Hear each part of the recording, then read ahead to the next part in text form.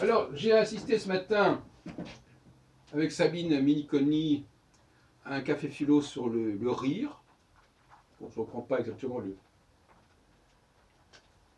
le titre, mais enfin, c'est un peu cela. Et je crois qu'il y a des choses à dire sur la question du rire.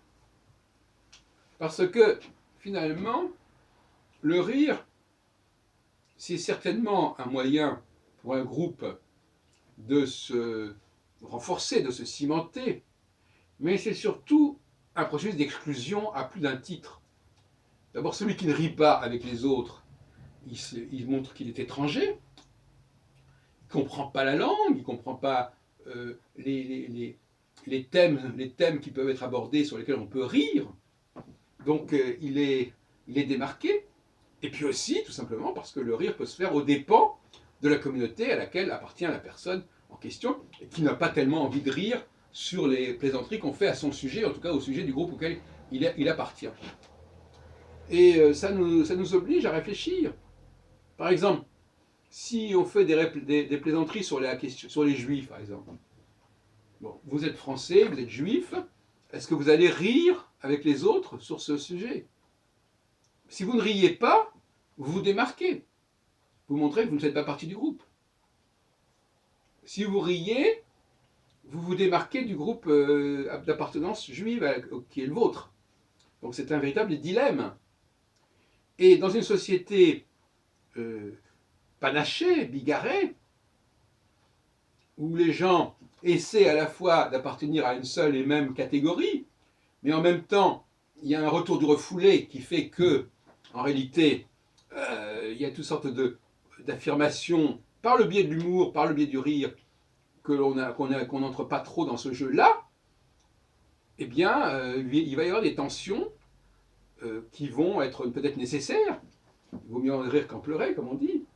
Mais il va falloir, on va dire, voilà, on va faire des réflexions qui vont permettre de repérer celui qui n'est pas vraiment dans le coup. Et bien évidemment, le rire n'est pas vraiment exportable. Ce qui fait rire un groupe A ne va pas faire rire un groupe B pour les raisons diverses que j'ai signalées, à commencer par le fait que ça va viser peut-être le groupe B, à commencer parce que ça ne sera peut-être pas dans la même langue, ce ne sont pas les mêmes valeurs qui seront, disons, quelque peu subverties. Et sur ce point, je voudrais dire aussi que le rire, c'est aussi une façon de dire oui, ben, j'ai bien compris que c'était une fausse infraction, que la personne qui fait rire, elle sait très bien que ça n'est pas bien, mais elle fait semblant de croire que c'est bien pour piéger justement celui qui n'est pas dans le groupe, qui n'appartient pas au groupe, et qui lui ne comprendra pas que là on est justement devant un tabou, et que l'on rit du tabou précisément pour montrer qu'on a vu qu'il y avait un tabou. Et celui qui ne rit pas, c'est-à-dire qu'il n'a pas vu qu'il y avait un tabou. Donc il n'est même pas au courant des interdits du groupe. Donc il se trahit par lui-même par le fait de ne pas rire.